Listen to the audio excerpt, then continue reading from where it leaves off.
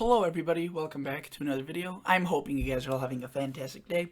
So today's upload, as you can tell by the title of this video, is going to be about a potential for a large snowstorm that will be occurring.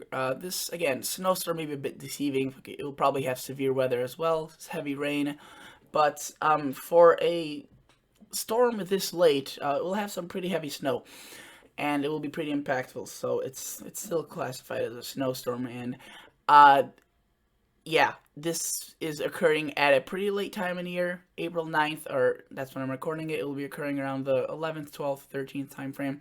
Not unprecedented. We've seen large April snowstorms before, and I've documented them on this channel. There were several last year. The year before that, there was a giant one in Wisconsin. I remember that it broke the Green Bay record for the biggest snowstorm. And that's why these snowstorms can be often very dangerous. They could be huge, powerful, and unexpected. So I definitely want to give you guys an update on this. All the models are pretty good agreement that this will be occurring. Just the placement and the timing is a bit off, but that is, that is nothing from the unusual. Consider subscribing to this channel if you would like to continue to get updates about weather, weather-related content, weather predictions, forecasts, severe weather, winter storms. It's all about that sort. So consider subscribing, consider liking the video for those that know my channel and come back. That really always helps out a lot as well. So let's go through this and take this one by one. As you can see right now, we're looking at the GFS model, Global Forecasting System. This is the American model. That's also kind of what it's known for. And notice that right now we have a giant storm that is brewing across the New England coast. The reason I didn't decide to update on that one is really, the snowfall amounts from this one will be more significant, but they won't be as extensive as the one that's upcoming in early Monday next week. So again, it's a large storm, don't get me wrong, but National Weather Service has you covered. And no, again, I'm not the only source of weather. Obviously, I'm just here to deliver that out to more people and more more people that need it.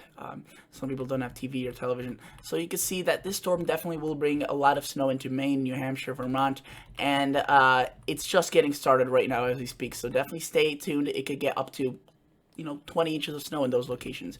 That passes through. It leaves us with a shot of cold air, and this is really what sets the stage for this giant storm off the coast of California that brings up a lot of moisture from the south. There's a northern piece of energy that comes from Alberta and British Columbia, Canada, and this swoops into the United States, combining with this storm off California and the moisture that it brings in with from the Gulf of Mexico.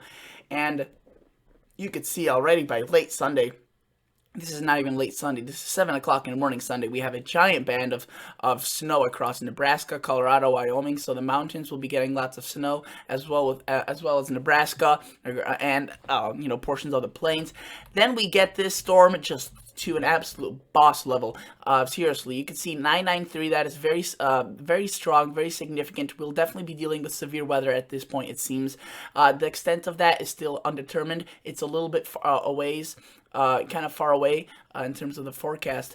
But those yellow colors at this time of the year usually mean some pretty bad news, especially with a storm of this strength. And you can see this thing just brings loads of precipitation into the Midwest, into Michigan, and then you can see that it just brings a lot of cold air into the U.S., which will leave us with frost and freezes, but also with snow on the backside of this system. And you can see some of these winds are going to be very powerful, as marked by those tight isobars. That is a sharp gradient in pressure, and that is basically what causes wind.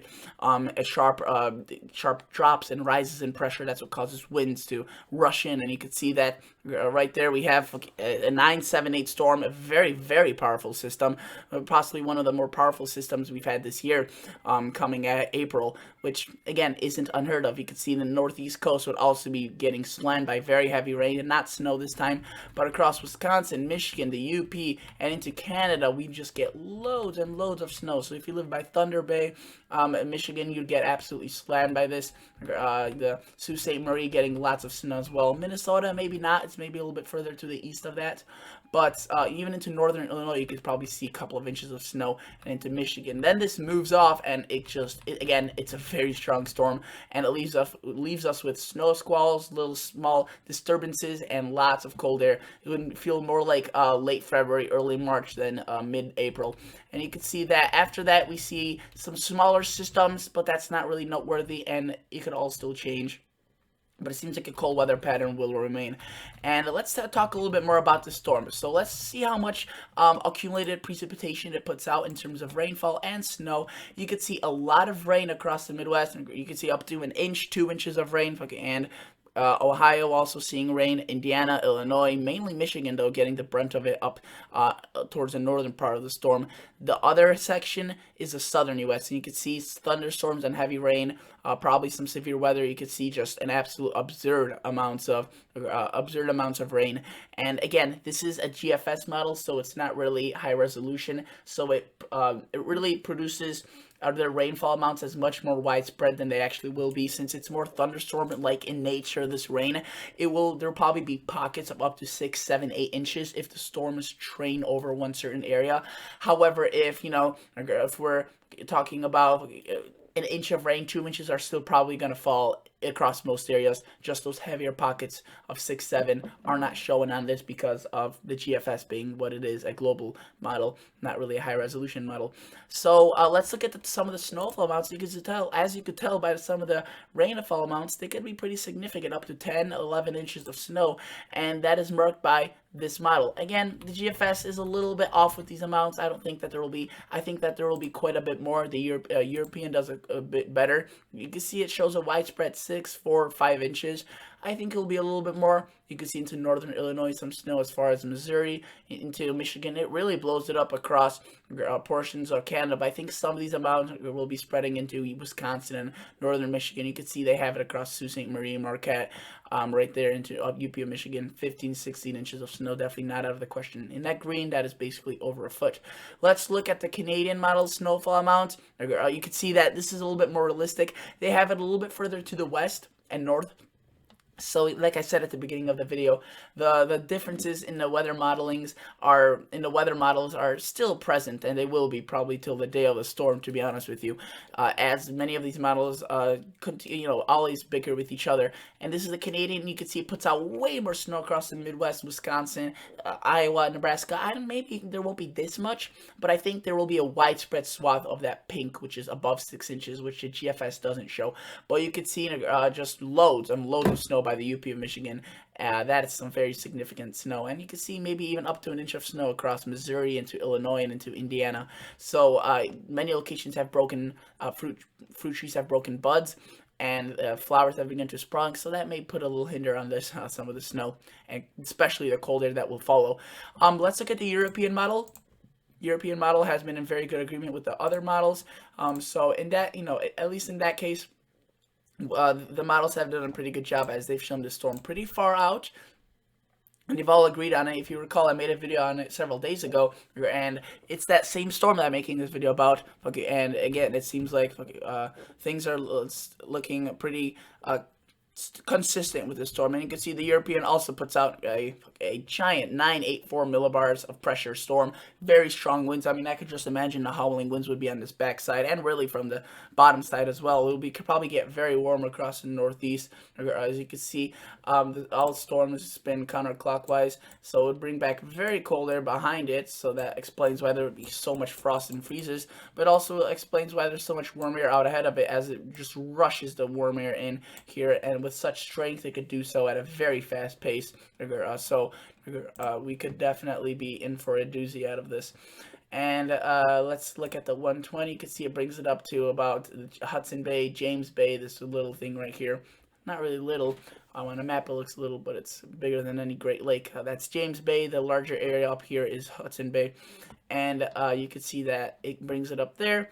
Then it starts to bring it further out to Canada. And in terms of the cold air, it remains. You can see the European kind of moderates it a little bit, which is some good news. We want some moderation and some warmer air, but we'll have to keep things on our eyes and on watch, as some of this cold air make it come back into late April and early May. Probably not to the same extent as now, obviously, as the average temperatures are continually rising. So I would like to look at the European snowfall amounts, and you can see that if we were to look at the next 10 days, we see, again, the green area, that is already anything above, I'm pretty sure, a foot of snow, I'm pretty sure a foot of snow, and you can see that The European does, again, a more realistic job, kind of what the Canadian does. The GFS does the poorest out of all of them. But you can see it puts out widespread 9, 8, 7 across Iowa, Nebraska, and it really just intensifies these amounts across Green Bay, seeing up to 8, 9 inches as well. Northern Wisconsin, the Northwoods, seeing 15, 16 inches. Marquette, Michigan, is seeing close to 20, 25. And into southern Canada, you could see 18, 19, 20 inches. Ontario, Canada, right here. This province seeing lots and lots of snow, as well as some lake effect possibly getting active across Michigan and into Lake Erie. Not horrendous amounts, but still 3 to 5 inches is possible, especially at this time of the year. That is a bit, I guess surprising. Shouldn't be though, as it really, it's still April 9th, so we're not out of winter yet, technically, and really in no terms, but usually winter extends till at least April. And you can see that it expands pretty vastly across Quebec. You can see 8, 9 inches into Labrador and Newfoundland. Also, notice a snowstorm across Maine. Be careful for that, guys. It's coming up in the next few hours. It's going to be snowing profusively, and 16, 17 inches. That's probably the ballpark of many estimates of snow right there, and Maine looks to be in for a doozy, so definitely stay prepared. And I'll also show you the precipitation and rainfall, how it looks like from the European model, as this is just a snowfall. So let's look at this. You can see right now we're looking at the first storm brought to you by the European model, and you can see it also shows a very strong 978 millibars system. Very heavy snow pretty quickly, but it's going to fall at some heavy intense rates. And then we look at what's coming afterwards. We get that cold shot of air, but not before that system of California and that northern piece come together, and that kind of interrupts things. We get loads of precipitation starting to get kind of conglomerate into one piece. And soon you have a low pressure rising with very heavy snow on the backside, and you can see that this thing is just a beast. 984 again, very strong winds, just like I showed you with all the models, consistency, and probably a severe weather outbreak, as just absolutely every ingredient is here. It's early April, a severe weather season, and we have a giant storm, which gives us the atmospheric conditions for severe weather. And you can see that this storm really expands and kind of blows itself away once it reaches Canada, but it does a lot across the U.S. A big storm is coming, guys, and this is no joke. So definitely stay up to date and continue watching the news if you want to at this time. This is something you definitely have to keep an eye on for us, as the storm looks to be a nasty one, especially the snowy side and really the severe weather side as well. There's going to be lots of rain with it, so definitely not the best of news I could provide to you, but I need to provide you with the accurate information that I can, most accurate, and this is, at this point, this is what seems to be the most likely. So thank you guys so much for watching. Consider liking the video. Consider checking out my gardening channel. The description box is in below. The link is in the description box below. And I'll catch you all guys in the next episode. See ya. Bye.